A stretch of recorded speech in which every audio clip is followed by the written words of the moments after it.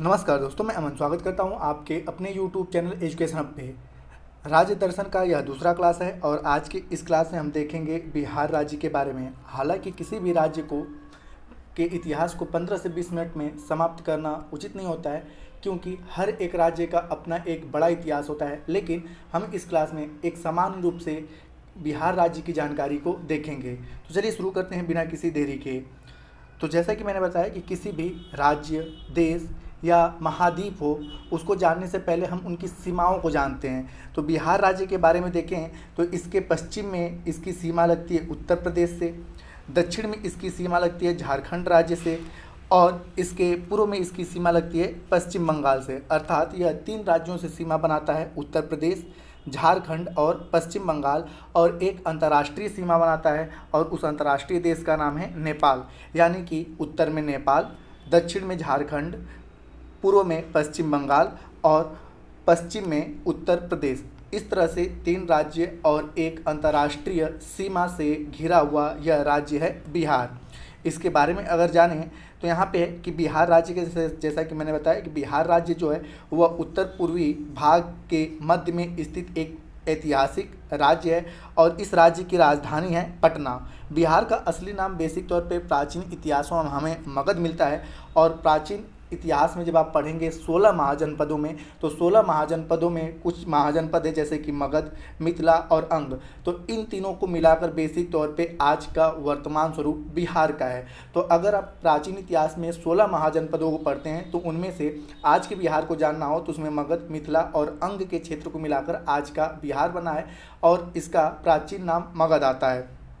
इसकी व्याख्या आप रामायण और महाभारत जैसे महाकाव्यों में देख सकते हैं। आगे की अगर बात करें तो प्राचीन काल में बिहार विशाल साम्राज्यों, शिक्षा केंद्रों एवं संस्कृति का गढ़ था। बिहार का बेसिक तौर पे जो बिहार नाम रखा गया है वह बौद्ध सन्यासियों के ठहरने के स्थान बिहार का अपभ्रंश है बिहार। अर्थात बिहार जो है बेसिक तौर पे एक ठहरने का स्थान के नाम पे इसका प्रयोग किया जाता था सन्यासियों के नाम से, और उसी के नाम पे इसका नाम बिहार रखा गया। 12 फरवरी वर्ष 1948 में महात्मा गांधी के अस्थि कलश जिन 12 तटों पे विसर्जित किए गए थे उनमें से एक बिहार राज्य का भी तट था और उस स्थान का नाम था त्रिमोहिनी संगम। और त्रिमोहिनी संगम जो है वह बिहार राज्य के कटिहार जिले में स्थित है। आगे की अगर बात करें तो जैसा कि मैंने बताया कि बिहार के उत्तर में यहाँ पे आप देख सकते हैं नेपाल राज्य है। उसके बाद इसके दक्षिण में यहाँ पे आप देख सकते हैं बिहार से ही कटा हुआ राज्य है। 15 नवंबर सन 2000 को दक्षिणी हिस्से को काटकर झारखंड बनाया गया, तो इसके दक्षिण में झारखंड राज्य है। उसके बाद इसके पूर्व में पश्चिम बंगाल है, आप यहाँ पर देख सकते हैं, और इसके पश्चिम में उत्तर प्रदेश की स्थिति है। तो जैसा कि मैंने बताया कि बिहार राज्य 3 राज्यों से और एक देश यानी कि एक अंतर्राष्ट्रीय सीमा से लगा हुआ है, वह है नेपाल, और 3 राज्य हैं आपके उत्तर प्रदेश, झारखंड और पश्चिम बंगाल। तो इस तरह से आप बिहार राज्य की स्थिति को देख सकते हैं। आगे की जैसा कि मैंने बताया कि 15 नवंबर सन 2000 को बिहार के दक्षिणी हिस्से को काटकर एक नया राज्य का दर्जा दिया गया और इस राज्य का नाम रखा गया झारखंड, और आप बिहार के नीचे झारखंड की स्थिति को आप देख सकते हैं। आगे की अगर बात करें तो बिहार राज्य का जो गठन हुआ था वह हुआ था 22 मार्च सन 1912 को। इसीलिए प्रत्येक वर्ष 22 मार्च को बिहार राज्य के दिवस में या बिहार राज्य स्थापना दिवस के रूप में मनाया जाता है। हालांकि इसे एक संवैधानिक रूप से राज्य का दर्जा 26 जनवरी सन 1950 को दिया गया, जब हमारा भारत गणतंत्र हुआ। आगे कि बिहार राज्य का जो सबसे बड़ा शहर है वह है पटना, और वही पटना शहर है बिहार राज्य की राजधानी। आगे है कि अगर बिहार राज्य में जिलों की अगर बात की जाए तो बिहार राज्य में कुल जिलों की संख्या है 38 यानी कि 38, और बिहार राज्य के वर्तमान समय में जो राज्यपाल हैं उनका नाम है राजेंद्र आर्लेकर। यह किसी भी राज्य का सबसे बड़ा संवैधानिक पद होता है। वर्तमान समय में अगर बिहार राज्य के मुख्यमंत्री की बात करें तो नीतीश कुमार वर्तमान समय में बिहार राज्य के मुख्यमंत्री हैं और उप मुख्यमंत्री हैं तेजस्वी यादव। साथ ही साथ अगर बिहार राज्य के संसदीय क्षेत्रों की बात करें तो बिहार राज्य से संसद में राज्यसभा में कुल 16 सीटें आती हैं और लोकसभा में कुल 40 सीटों का यहाँ से योगदान आता है। और अगर इसके विधानसभा की बात की जाए तो बिहार का जो विधानमंडल वह द्विसदनीय है, एक है विधानसभा और दूसरा है विधान परिषद। तो विधानसभा की अगर बात करते हैं तो बिहार राज्य में कुल 243 विधानसभा की सीटें हैं और विधान परिषद में कुल सीटों की संख्या है 75। साथ ही साथ यहाँ पे इसकी अगर ऑफिशियल भाषा की बात की जाए तो ऑफिशियल भाषा है हिंदी। इसके अलावा बिहार में अन्य प्रमुख भाषाएं बोली जाती हैं भोजपुरी, मैथिली, उर्दू, मंगही और अंगिका। अगर बिहार राज्य के क्षेत्रफल की बात की जाए तो इसका क्षेत्रफल है 94,163 वर्ग किलोमीटर, जो कि उत्तर से दक्षिण और पूर्व से पश्चिम तक फैला हुआ है। अगर क्षेत्रफल की दृष्टि से बात की जाए तो क्षेत्रफल की दृष्टि से पूरे भारत में 28+8 राज्यों में बिहार का स्थान आता है 12वां। कि क्षेत्रफल की दृष्टि से यह भारत का 12वां सबसे बड़ा राज्य है और जनसंख्या की दृष्टि से इसका स्थान आता है 3रा। बिहार राज्य के अंतर्गत अगर तहसीलों की कुल बात करें तो बिहार राज्य में कुल तहसीलों की संख्या है 533। तहसील को वहाँ पर तालुका के नाम से भी जाना जाता है। और कुल ग्रामीण विभागों की बात की जाए तो यहाँ पे ग्रामीण विभागों की कुल संख्या है 45,903।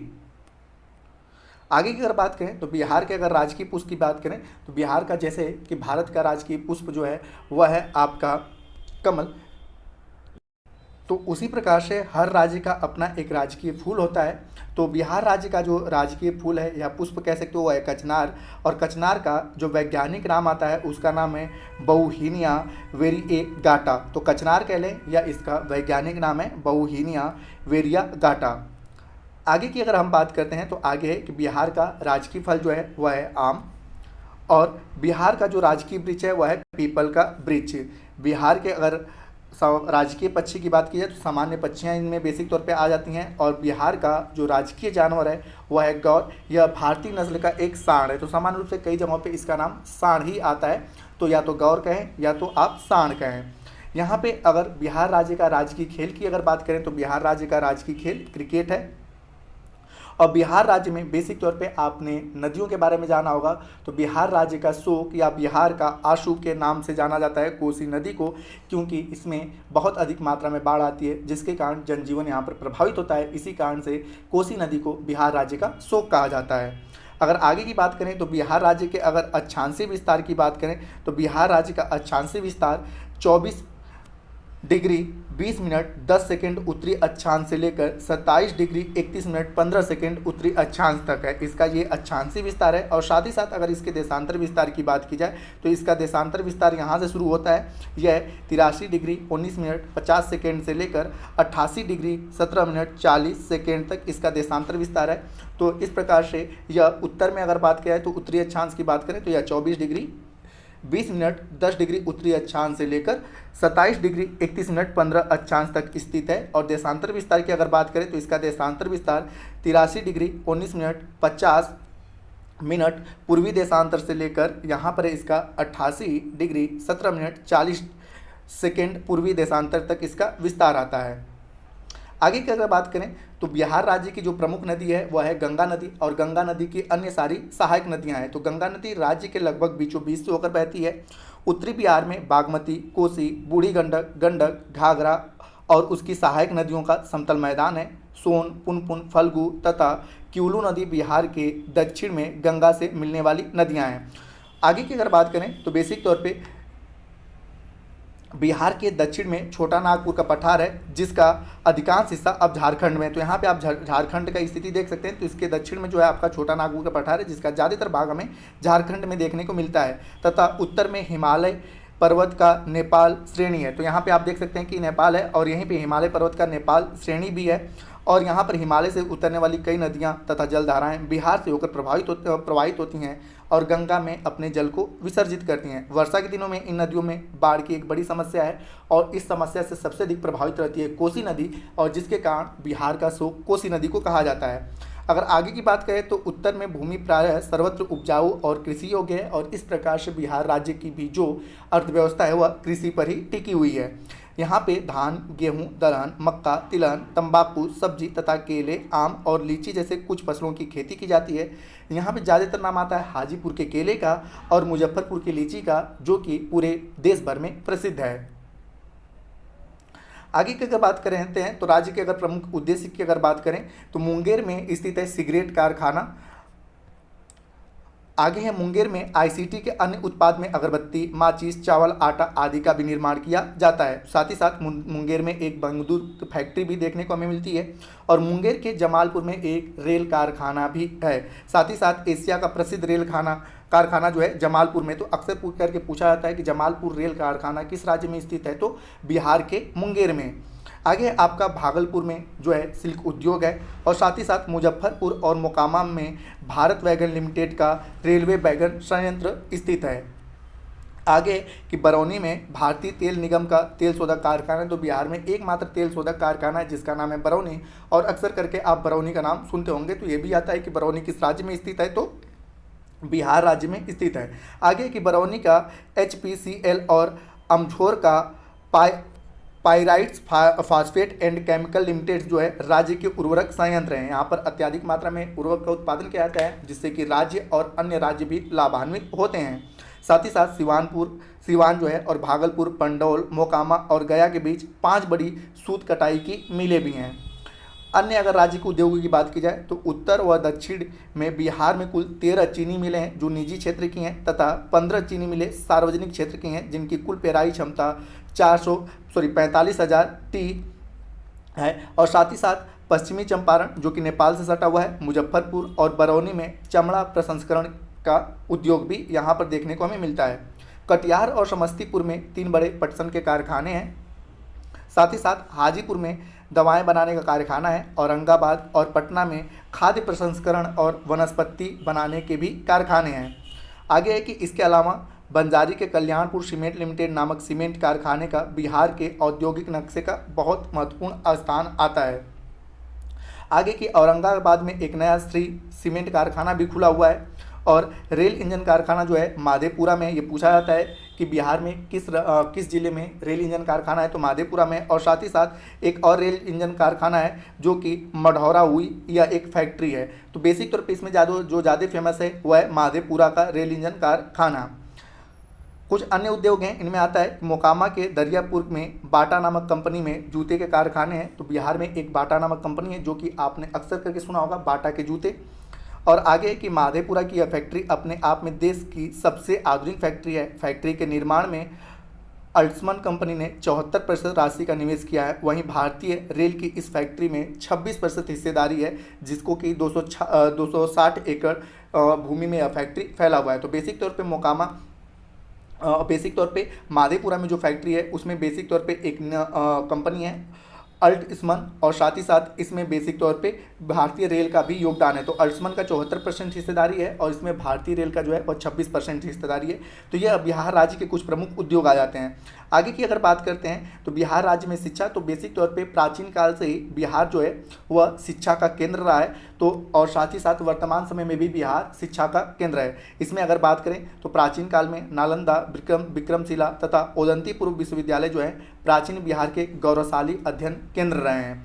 आगे की अगर बात करें तो 1917 में खुलने वाला पटना विश्वविद्यालय भी काफ़ी हद तक अपनी प्रतिष्ठा को कायम रखने में सफल ही रहा है। हाल ही में पटना में एक भारतीय प्रौद्योगिकी संस्थान और राष्ट्रीय प्रौद्योगिकी संस्थान तथा हाजीपुर में केंद्रीय प्लास्टिक इंजीनियरिंग रिसर्च इंस्टीट्यूट तथा केंद्रीय औषधि शिक्षा एवं शोध संस्थान खोला गया है, जो कि एक शिक्षा का अच्छा संकेत देता है। साथ ही साथ बिहार के सभी जिलों में 2019 में एक सरकारी इंजीनियरिंग कॉलेज भी खोला गया है कि अब हर एक जिलों में हमें 2019 के बाद से हमें बिहार में एक सरकारी इंजीनियरिंग कॉलेज देखने को मिलेगा। तो ये बिहार राज्य का एक समान शिक्षा का स्वरूप रहा। आगे की अगर बात करें तो बिहार राज्य में कुल 13 वन्य जीव अभ्यारण्य हैं। यहाँ से भी क्वेश्चन आते हैं, जैसा कि नागीबाद पक्षी अभ्यारण्य जो कि जमुई में स्थित है। दूसरा है आपका नकटीबाद पक्षी अभ्यारण्य, यह भी आपके जमुई में स्थित है। तीसरा है आपका वाल्मीकि वन्य जीव अभ्यारण्य, यह पश्चिमी चंपारण में है। साथ ही साथ वाल्मीकि राष्ट्रीय उद्यान, यह भी पश्चिमी चंपारण में है। और वाल्मीकि राष्ट्रीय उद्यान भी है। साथ ही साथ वाल्मीकि को प्रोजेक्ट टाइगर के अंतर्गत भी शामिल किया गया है। वर्तमान समय में अगर आपसे बात की जाए तो वर्तमान समय में बिहार में कुल एक टाइगर रिजर्व है जिसका नाम है वाल्मीकि राष्ट्रीय उद्यान, जो कि पश्चिमी चंपारण का हिस्सा है। अभी रिसेंट में बिहार सरकार में एक नया टाइगर रिजर्व को घोषित किया गया है, वह है कैमूर टाइगर रिजर्व, जो कि कैमूर। तो अब अगर रिसेंट में आगे हम पढ़ेंगे तो 2 टाइगर रिजर्वों की बात करेंगे, और जो कैमूर है, ठीक है, पहला है आपका वाल्मीकि टाइगर रिजर्व और दूसरा है आपका कैमूर टाइगर रिजर्व। आगे की अगर बात करें तो वाल्मीकि टाइगर रिजर्व, जैसा कि मैंने बताया कि अभी पश्चिमी चंपारण में है। आपका अगला है कुशेश्वर स्थान पक्षी अभ्यारण्य, जो कि दरभंगा में है। अगला है आपका गौतम बुद्ध वन्य जीव पक्षी अभ्यारण्य, जो है यह आपका गया में है। अगला है भीमबाग वन्य जीव अभ्यारण्य, यह आपके मुंगेर में है। अगला है विक्रमशिला गांगेय डॉल्फिन आश्रय, ये भागलपुर में है। अगला है आपका उदयपुर वन्यजीव अभ्यारण्य, ये आपके पश्चिमी चंपारण में है। अगला है आपका राजगीर या पंत वन्यजीव अभ्यारण्य जो कि राजगीर नालंदा में है। 12वां है बरेला झील पक्षी आश्रय, वैशाली में स्थित है। और 13वां है आपका कैमूर वन्य प्राणी आश्रय, यह कैमूर और रोहतास में है। इसी को वर्तमान समय में ठीक है टाइगर रिजर्व के अंतर्गत शामिल किया गया। तो अब इस तरह से बिहार राज्य में 2 टाइगर रिजर्व हैं, एक है आपका वाल्मीकि और दूसरा है कैमूर वन्य प्राणी। वन्यजीव अभ्यारण्य की अगर बात की जाए तो कुल 13 वन्यजीव अभ्यारण्य है। और राष्ट्रीय उद्यानों की बात की जाए तो बिहार में एकमात्र राष्ट्रीय उद्यान है जिसका नाम है वाल्मीकि राष्ट्रीय उद्यान। इसके बारे में जानते हैं तो वाल्मीकि राष्ट्रीय उद्यान की स्थापना वर्ष 1990 में हुई थी। वाल्मीकि नगर बेतिया से लगभग 100 किलोमीटर की दूरी पर स्थित है, जो कि पश्चिमी चंपारण जिले के सबसे उत्तरी भाग नेपाल की सीमा के पास स्थित है। वाल्मीकि राष्ट्रीय उद्यान उत्तर में नेपाल के रॉयल चितवन नेशनल पार्क और पश्चिम जिले पर हिमालय पर्वत की गंडक नदी से घिरा हुआ है। अर्थात वाल्मीकि राष्ट्रीय उद्यान से एक नदी निकलती है, उसका नाम है गंडक नदी। तो दोस्तों ये रहा बिहार राज्य के बारे में एक सामान्य जानकारी। उम्मीद करता हूँ कि आपको यह वीडियो पसंद आ रहा होगा। इसी प्रकार से हम भारत के 28+8 राज्यों को अच्छे से कवर करेंगे। जैसा कि मैंने बताया कि हर एक राज्य का इतिहास अपने में आप में एक बहुत बड़ा इतिहास होता है, उसको एक छोटे से वीडियो में कवर करना जो कि लगभग इम्पॉसिबल है, लेकिन फिर भी हर एक राज्यों की एक सामान्य जानकारी आपके पास होनी चाहिए, जिसके कारण राज्य दर्शन की इस क्लास को हम लेकर आए हैं। तो वीडियो पसंद आए तो वीडियो को लाइक करें, कमेंट करें तथा अपने दोस्तों के साथ शेयर करें। और चैनल पर नए हैं तो चैनल को सब्सक्राइब अवश्य करें तथा इस PDF को प्राप्त करने के लिए आप हमारे टेलीग्राम से जुड़ सकते हैं, जिसका लिंक वीडियो के डिस्क्रिप्शन में दिया हुआ है। और साथ ही साथ आप हमें इंस्टाग्राम और व्हाट्सएप पे फॉलो कर सकते हैं, इनका भी लिंक ऑलरेडी वीडियो के डिस्क्रिप्शन में दिया हुआ है। तो वीडियो के अंत तक बने रहने के लिए धन्यवाद। मिलते हैं जल्दी नेक्स्ट वीडियो में।